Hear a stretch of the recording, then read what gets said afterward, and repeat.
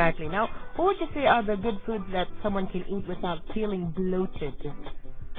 Basically, bloatedness, I would say, attribute to problem with indigestion, and sometimes maybe it's not our digestive organs itself which is in trouble, but it's the kind of stuff that we dump into our digestive system. Okay. Because things which are too oily, and which are overcooked without almost with no life in it or no enzyme. Yes. So that is why when we talk about health food, we talk about a good mix of cooked and raw food and vegetables, fibers, and because the digestive process goes right from the mouth right through the esophagus to the stomach, through the duodenum and into the small intestine, ultimately into the what you call the big intestine, the colon.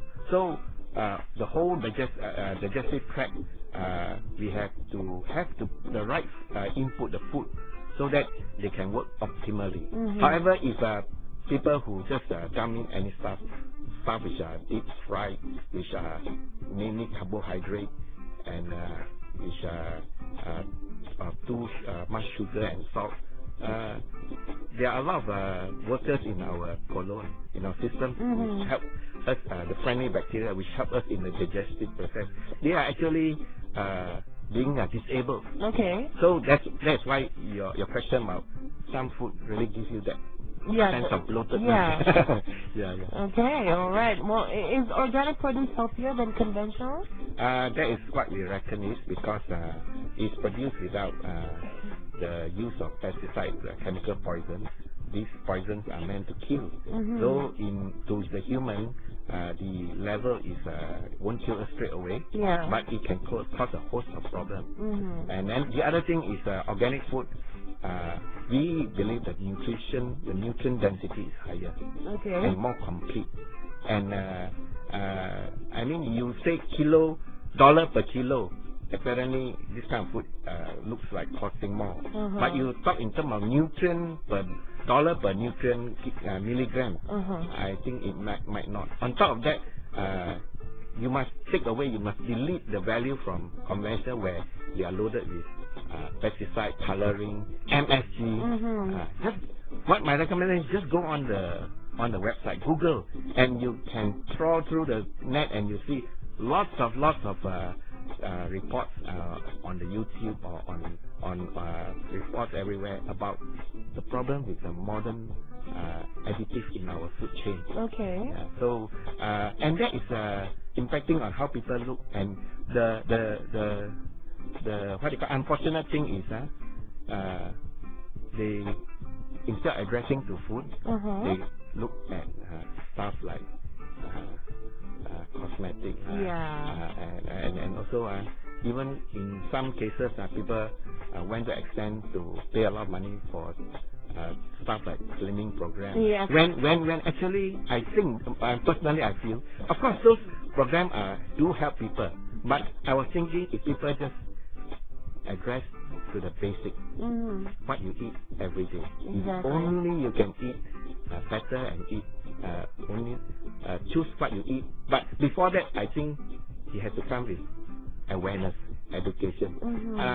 I invite people who are listening on this program here, continue to find out more about food, about why food is like this and it's like that. Don't just take it for granted that all the food that is sold everywhere or put on your table is safe and good. Okay. All right then. Well, we'll be back for more right here on Traxx FM's Traxx 101 with Mr. Wong, and we're talking about eating right and being fit for beauty. Here's John Legend and Imagine. Mr. Wong wanted to listen to this one. This one's for you, Mr. Wong. Thank you. FM, your traveling music companion. We're currently speaking to Mr. Wong about eating right and being fit for beauty right here on Traxx FM's Traxx 101. It's our women's essential segment. And Mr. Wong, does this mean that we all eat only low-fat or low-cholesterol foods? What I think is it's not about low-fat or high-fat. It's about right fat. It's the good fat. Okay. And I think in a couple of decades, there's this fat phobia which has been generated worldwide. Okay. And there are a few experts who have mentioned, in spite of the reduction in so-called saturated fat consumption in many countries, they did not see any significant reduction in heart disease. Okay. And now it has turned to a new way of thinking about how about our diets, and they are connecting to eating the right fats. Like for example, most of us are short of omega-3. Okay. And actually, there's no harm to take more of the tropical fats, saturated fats. And the problem is too much of those temperate fat, like temperate produced fat like corn oil, soya oil, Okay. which is very high in omega-3. All The right. producer make it such, and when omega-6 which is too high. When omega-6 is far too much compared to omega-3, then you create a situation very highly inflammatory. Okay. Meaning your skin will have maybe a lot of inflammation. Even in the heart artery also, there is a lot of tend to be more inflammatory. And the first one is definitely going to impact on how our skin look on health. The second one, our health. I mean the heart artery. So now there is this trend where people recommend omega-3, like fish oil, flaxseed oil, and also the fear of the other is the fear of fat. The other one is the fear of cholesterol. Okay. So the issue with cholesterol is, of course, high cholesterol is not an indication of good health, but cholesterol is produced by our liver in our body. So high cholesterol means there is some imbalance in our liver function, and not so much attributing to the cholesterol that we take. And now people realize that please eat your egg, and please eat it whole. Okay. And especially if you can eat the half-boiled egg. Egg is one of the most nutritious food for people. Okay. And people who take only egg white and throw away the yolk is very unfortunate again here, because the yolk contains a lot of nutrients, which is even cholesterol itself is an antioxidant in our body. And they were also writing about indicating that when our cholesterol is too low, these people are more cancer prone. Okay. Yeah. So what we need is not about low cholesterol or high cholesterol, low fat or high fat, but it's about right fat. Okay. Eat in natural proportion. But one of the things I want to mention here, I have the opportunity to say is about carbo. Okay. Because pervasive in our modern diet is carbohydrate. Yes. You have it in the noodles, you have it the in starch, rice. in the rice, in most of every food, because it's the cheapest form of food.